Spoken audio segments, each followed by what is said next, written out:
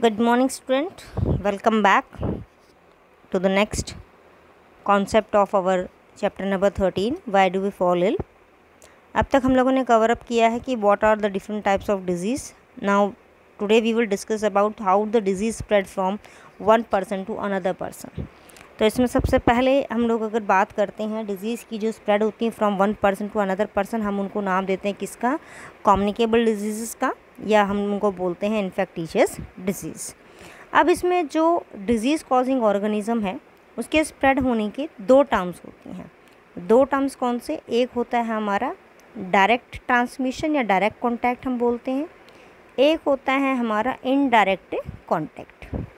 ठीक है, डायरेक्ट का मतलब जैसे मान लो आपका फ्रेंड है, उसको कॉमन कोल्ड हो रखा है, आप उसके बिल्कुल पास में बैठे हुए, जैसे उसने स्नीजिंग करी, जब छींक मारी उसने, तो उसके हैंड्स के ऊपर जो ड्रॉपलेट्स थे, आपने हैंड शेक किया, वो ड्रॉपलेट आपके हैंड पे चले गए और आप उससे जो है सफ़र कर सकते हैं। इनडायरेक्ट का मतलब कि आपने उसका हैंकी यूज़ कर लिया या आप लोगों ने उसकी वाटर बॉटल से वाटर ड्रिंक कर लिया, तो वो क्या कहलाएंगे हमारे लिए, इनडायरेक्ट कॉन्टैक्ट।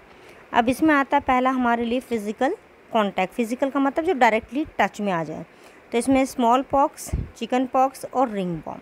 ठीक है, जो रिंग वॉर्म है ये डिज़ीज़ होती है किससे, अपनी फंगस से होती है, जिसको हम लोग बोलते हैं दाद हो जाता है। ठीक है, अब ये डिज़ीज़ स्प्रेड होने का रीज़न क्या होता है कि जो हेल्दी पर्सन है वो कांटेक्ट में आता है पोटेंशियल होस्ट, यानी कि जिसकी बॉडी के अंदर कैपेसिटी है डिज़ीज़ को ट्रांसमिट करने की, उसके साथ कांटेक्ट में आएगा और ऑटोमेटिकली ये डिज़ीज़ जो है स्प्रेड हो जाएगी। उसके बाद नेक्स्ट हमारी आती हैं बेसिकली जो डिज़ीज़ हैं, वो है sexual contact disease. Sexual contact male and female का जब क्लोज कॉन्टैक्ट होता है, that is refer as to the sexual contact, तो उसकी वजह से इसमें होता है। तो इससे होने वाली डिज़ीज़ कौन कौन सी है, माइक्रोबियल सबसे पहले हमारी है सिफिलिस। सिफिलिस जो होता है बेसिकली ये हमारा जो एक्सक्रीटरी सिस्टम है, यानी कि हमारी जो यूरिथ्रा है उसके साथ रिलेट करता है ये वाला इन्फेक्शन फंगस। उसके बाद नेक्स्ट आता है हमारा एड्स। एड्स जो है आपको पता है कि ये स्प्रेड होता है बाय HIV वायरस। ठीक है, HIV वायरस के थ्रू ट्रांसमिट होता है। और HIV वायरस क्या करता है हमारी बॉडी के अंदर, चैप्टर नंबर 6 में हमने कनेक्टिव टिश्यूज़ किए थे, तो उसमें एक कनेक्टिव टिश्यू का नाम था लिम्फ। ठीक है, जो कि कलरलेस होता है, इसके अंदर क्योंकि RBC नहीं होते, तो HIV का जो वायरस होता है वो हमारे लिम्फ में एंटर करता है, दैट्स वाई इसकी रिकवरी बहुत जल्दी से नहीं हो पाती है।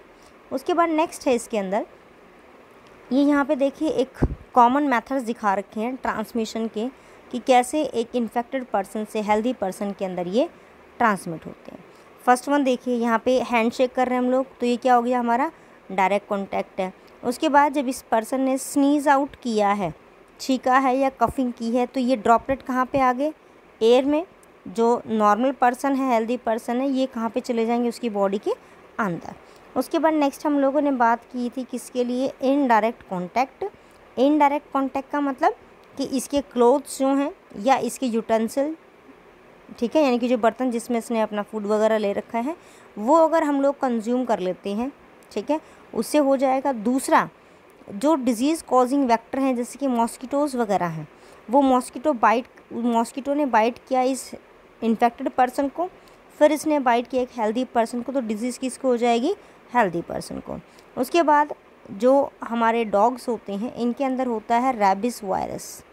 ठीक है, तो रैबिस है इनके माउथ के अंदर, जब ये बाइट करेंगे तो ही डिज़ीज़ जो है वो स्प्रेड होगी।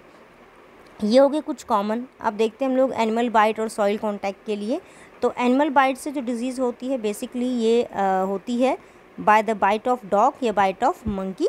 तो इससे कौन सा वायरस, मैंने अभी बताया आपको कौन सा वायरस इंजेक्ट हो रहा है, रैबिस वायरस जो हमारी बॉडी के अंदर इंजेक्ट हो जाएगा। सॉइल के साथ कॉन्टैक्ट होने की वजह से जब एंटर हो जाती है सॉइल हमारी बॉडी के अंदर इंजरीज़ में, तो उससे होने वाली डिज़ीज़ क्या होती है, हमारी टेटनस होती है। इसलिए कभी भी हमें हल्की फुल्की चोट लगती है तो डायरेक्टली बोला जाता है कि टेटनस का इंजेक्शन लगवाना चाहिए। Now comes about the indirect transmission. Indirect transmission का सबसे पहला जो है वो है हमारा डिज़ीज़ थ्रू एयर्स, जो एयर से स्प्रेड हो रही हैं। कोई भी पर्सन जैसे ही छींकता है, या आप लोगों ने अभी जो मोस्ट पेंडेमिक जो चल रहा है अपना कोविड-19 का, इसमें भी आप लोगों ने देखा होगा कि बहुत सारे एड्स जो आते हैं उसमें कहा जाता है कि आप जो मास्क लगा के रखें आप लोग, जैसे आप लोग स्नीजिंग करते हैं या कफिंग करते हैं तो जो वायरस है वो एनवायरनमेंट में नहीं जाएगा, दूसरे पर्सन को स्प्रेड नहीं होगा। लाइकवाइज सेम हम लोग इनके अंदर बोलते हैं कि जो पर्सन इन्फेक्टेड है वो पर्सन अगर डिजीज़ कॉजिंग ऑर्गेनिज़म को स्प्रेड नहीं होने देगा दूर तक, ठीक है, तो जो बाकी पर्सन्स हैं वो इससे रिकवर हो सकते हैं। अब इसमें देखिए यहाँ पे एक ये एग्ज़ाम्पल है अपना, ये देखिए इस पिक से आपको क्लियर हो जाएगा। इसमें यहाँ पे दिखा रखा है कि एक पर्सन जो है अगर ये स्नीजिंग करता है, ठीक है, तो स्नीजिंग कर रहा है, कफिंग कर रहा है, तो कहाँ कहाँ तक जा रहा है। लार्ज ड्रॉपलेट जो होते हैं वो up to 2 metre length cover up करते हैं, ठीक है, और स्मॉल ड्रॉपलेट्स, क्योंकि स्मॉल ड्रॉपलेट्स वो क्या जाएंगे, लाइट इन वेट हो जाएंगे, तो they can cover up a large distance, तो वो कहाँ तक जा रहे हैं, अप टू 4 मीटर के एरिया को कवर अप कर रहे हैं, ठीक है। लार्ज ड्रॉपलेट्स सेटल डाउन हो जाएंगे to the ground. Small droplets जो हैं जो बहुत ही नेग्लिजिबल हैं, जो नीचे सेटल डाउन नहीं हो रहे, वो कहाँ पे घूम रहे हैं, हमारे एयर के अंदर घूम रहे हैं। किसके साथ मिक्स हो जाएंगे, हमारी एयर के साथ मिक्स हो जाएंगे, और जो भी पर्सन आएगा उसके राउंड अबाउट में कोई वेंटिलेशन वाला एरिया है तो वो उस पर्सन के थ्रू बॉडी के अंदर एंटर कर जाएंगे, ठीक है।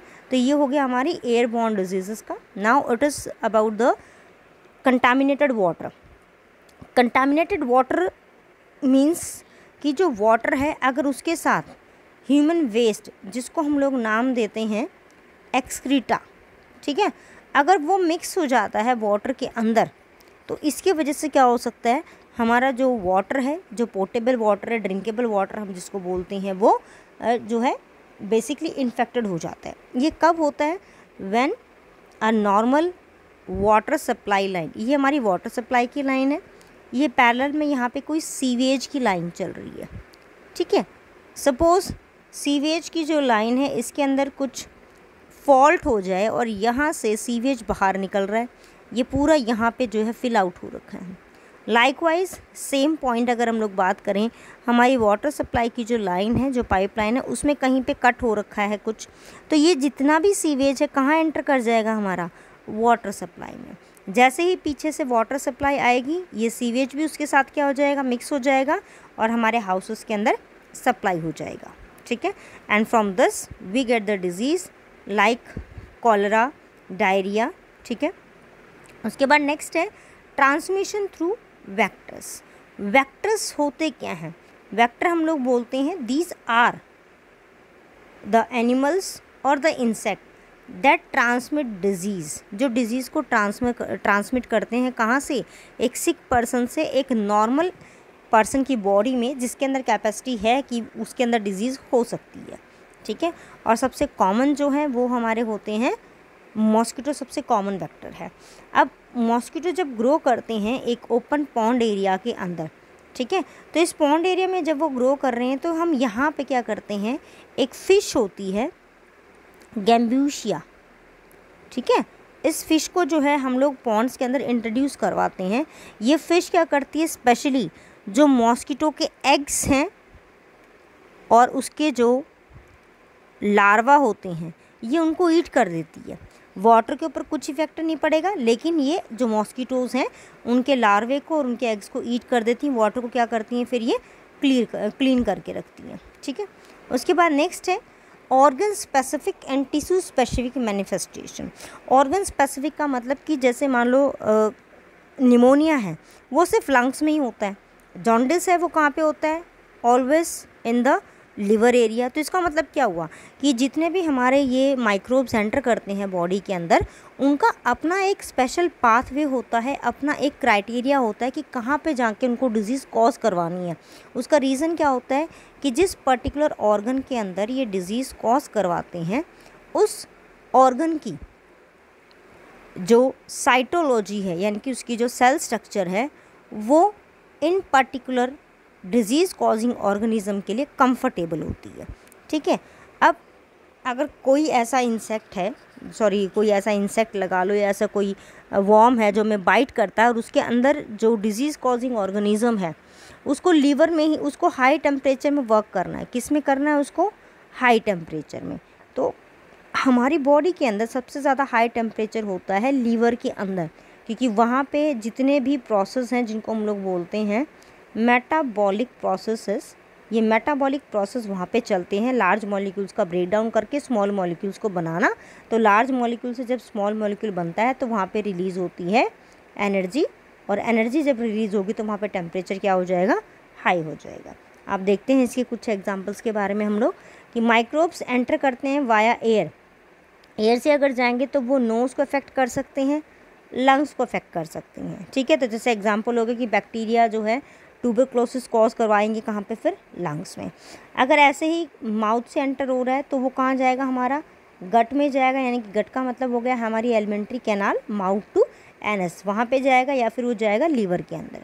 अगर एंटर होता है थ्रू सेक्सुअल ऑर्गन्स, जो सेक्सुअल ऑर्गन्स अगर वहाँ से एंटर होएगा तो वो उन्हीं ऑर्गन्स को अफेक्ट करेगा, उससे लिंक्ड करते हुए ऑर्गन्स को अफेक्ट करेगा। तो इसका एग्जांपल कौन सा आ गया, हमारा एड्स आ गया। मॉस्किटो की बाइट के थ्रू जाता है तो वो मोस्टली कहाँ पे जाएंगे, हमारे लीवर, क्योंकि मैंने आपको अभी क्या बताया कि हाई टेम्परेचर रिक्वायरमेंट होती है। उसके बाद कुछ मॉस्किटो ऐसे होते हैं जिनका वायरस इन्फेक्टेड करता है हमारे ब्रेन को, जो कहीं पर भी नहीं जाती, वो सिर्फ उस एरिया को सर्च करते हैं जहाँ पे ह्यूज सप्लाई है किसकी, ब्लड की, और सबसे ज़्यादा ब्लड प्रेजेंट होता है हमारे ब्रेन के अंदर, वहाँ पे टेम्परेचर भी हाई है प्लस ब्लड भी प्रेजेंट है एक्सेस में, तो इसलिए वहाँ पे जाके ये एक्टिव हो जाते हैं। उसके बाद नेक्स्ट अगर हम लोग देखें, जो वर्ड है मैनिफेस्टेशन, ठीक है, तो मैनिफेस्टेशन का मतलब कि कौन सा पर्टिकुलर ऑर्गन है जहाँ पे जाके ये टारगेट करेंगे और वहाँ पे जाके उसके अकॉर्डिंग कुछ पर्टिकुलर साइन और सिम्टम्स शो करेंगे। जैसे लंग्स हैं तो कफ और ब्रीथलेसनेस यानी कि सांस लेने में प्रॉब्लम होगी, लीवर में है तो जॉन्डिस कॉज करेगा, ब्रेन में है तो हेडेक हो सकती है, वॉमिटिंग हो सकती है, फिट्स यानी कि दौरे जो पड़ते हैं, मिर्गी के दौरे हम जो बोलते हैं उस तरीके के दौरे हो सकते हैं। उसके बाद अब यहाँ पे वर्ड आया है साइन एंड सिम्टम्स, तो let us know what are sign and symptoms. Sign और सिम्टम्स क्या होते हैं, बेसिकली साइन एंड सिम्टम्स, जो सिम्टम्स हैं these are the evidence that point the presence of disease, जो ये बताते हैं कि हाँ हमारी बॉडी में कोई डिजीज़ है। बट साइंस क्या होते हैं, दीज कंक्लूड द डिजीज़, ये डिजीज़ को बताते हैं कि कौन सी डिजीज़ है, ठीक है। तो यहाँ पे देखिए एक इसमें डिफ्रेंशिएशन दिखा रखा है आपको। Symptoms they indicate the presence of disease, ये सिर्फ डिजीज़ को बताते हैं।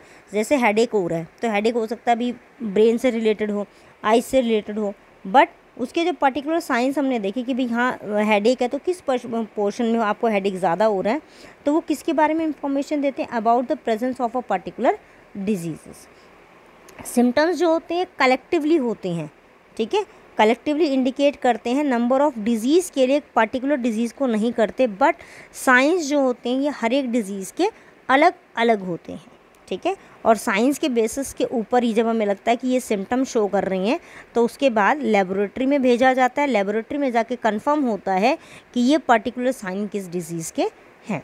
अब उसके बाद एक वर्ड आता है अपने यहाँ पे इन्फ्लेमेशन के लिए। तो इन्फ्लेमेशन क्या होता है कि जैसे ही हमारा जो इम्यून सिस्टम है, ठीक है, इम्यून सिस्टम के जो सेल्स होते हैं, जो टिश्यूज़ हैं, जैसे ही वो डिजीज़ कॉजिंग ऑर्गेनिज्म को डिस्ट्रॉय करना स्टार्ट करती हैं तो वो जो प्रोसेस होता है that particular process is called as inflammation. इसकी वजह से उस पर्टिकुलर एरिया में स्वेलिंग आ सकती है, हमारी बॉडी के अंदर पेन भी हो सकता है। उसके बाद नेक्स्ट देखते हैं हम लोग, इसके अंदर आपके एनसीईआरटी के अंदर है कुछ कॉन्सेप्ट ये वाला अपना, कि in addition to tissue specific effect of infectious disease there will be other common effect too, कुछ कॉमन इफेक्ट भी हो सकती हैं इसके, और कॉमन इफेक्ट किसके ऊपर डिपेंड करेंगे, बॉडी इम्यून सिस्टम के ऊपर, कि हमारा बॉडी का इम्यून सिस्टम कितना ज़्यादा एक्टिव है। An active immune system recruit many cell to affect the tissue to kill the disease, तो बहुत सारी जो डिजीज़ हैं उसको किल करेगा, तो इसको हम लोगों ने किसका नाम दिया है, इन्फ्लेमेशन का, ठीक है। इसके पार्ट्स बता दें कि इन्फ्लेमेशन जब चलती है बॉडी के अंदर, जब ये प्रोसेसिंग चलती है तो क्या होता है, स्वेलिंग हो सकती है, पेन हो सकता है, और जर्नल इफेक्ट क्या है हमारा, फीवर भी इसके अंदर हो सकता है। इन सम केसेस, कुछ ऐसे पर्टिकुलर केसेस हैं जिनके अंदर टिश्यू स्पेसिफिसिटी जो है, यानी कि टिश्यू के साथ ही लिंक होंगे, किसी और को इफेक्ट नहीं करेंगे, वो लीड करते हैं जर्नल इफेक्ट। जैसे HIV का इन्फेक्शन जो होता है, ये वायरस कहाँ जाता है, हमारे इम्यून सिस्टम में, और डैमेज करेगा उसके फंक्शंस को मतलब कि WBC के सेल का जो काम होता है बॉडीज़ के अंदर डिजीज़ कॉजिंग ऑर्गेनिज्म से फाइट करने का, उसके फंक्शन को धीरे धीरे ये क्या कर देगा, रिड्यूस कर देगा। तो अगर बॉडी के अंदर इम्यून सिस्टम ही नहीं रहा तो क्या हो जाएगा, एक छोटा सा कॉमन कोल्ड भी जो है वो किस में कन्वर्ट हो सकता है, निमोनिया में। यानी कि एक माइनर इन्फेक्शन, अगर HIV एड्स किसी पर्सन को है तो उसकी बॉडी का एक माइनर इन्फेक्शन किसको लीड कर सकता है, एक मेजर इन्फेक्शन को। उसके बाद नेक्स्ट है similarly a minor gut infection can produce major diarrhoea with blood loss and it is these other infections that kill the people suffering from HIV AIDS. यानी कि जो HIV एड्स से सफ़र करते हैं जो पीपल, वो इसलिए नहीं मरते कि उनको HIV, वो इसलिए मरते हैं क्योंकि उनका क्या हो जाता है, इम्यून सिस्टम जो है वो ख़त्म हो जाता है। इम्यून सिस्टम डिस्ट्रॉय हो गया तो पहले एक कॉमन सिंपल सा अगर कोल्ड भी उनको होता है तो किस में लीड करता है, ड्रास्टिक निमोनिया के अंदर। ठीक है, अगर उनको नॉर्मल कफिंग स्टार्ट होती है, अगर नॉर्मल कफ हो रहा है तो वो उनको ट्यूबरक्लोसिस में लीड कर सकता है। तो एक साथ बहुत सारी डिजीज़ उसके ऊपर इफेक्ट हो सकती हैं। It is also important to remember that the severity of a disease manifestation depend on the number of microbes in the body. किसी बॉडी के अंदर कोई डिजीज़ कितने दिन तक रह सकती है, यानी कि एक पर्सन कितने दिन तक बीमार रह सकता है, वो किसके ऊपर डिपेंड करेगा, उसकी बॉडी के अंदर कितने माइक्रोब्स ने एंट्री ले रखी है। If the number of microbes is very less the disease manifestation में बी माइनर और अननोटिस्ड। हो सकता है कि नोटिस ही ना हो, हल्का सा हेडेक हो के ठीक हो जाए, ठीक है। लेकिन अगर उनका नंबर एक्सेस में होता है then it can serve enough to be life threatening, यानी कि बहुत एक्सेस में अगर हो तो बंदे की जान भी ले सकता है। The immunity system is a major factor that determine the number of microbes surviving in the body. तो ये इम्यून सिस्टम का जो कॉन्सेप्ट है थोड़ा सा और ये हम लोग आगे चैप्टर में नेक्स्ट जो हमारी वीडियोज़ हैं आगे वाली उनमें हम स्टडी करेंगे। तो आज वाले टॉपिक में हम लोगों ने बेसिकली कवर अप कर लिया अबाउट द डिज़ीज़ स्प्रेडिंग, कि कैसे जो है डिज़ीज़ वो अपनी कवर अप हो रही है। तो होप आप लोगों को समझ में आ रहा होगा। If you have any problem then you may ask to my personal number. Thank you and good bye.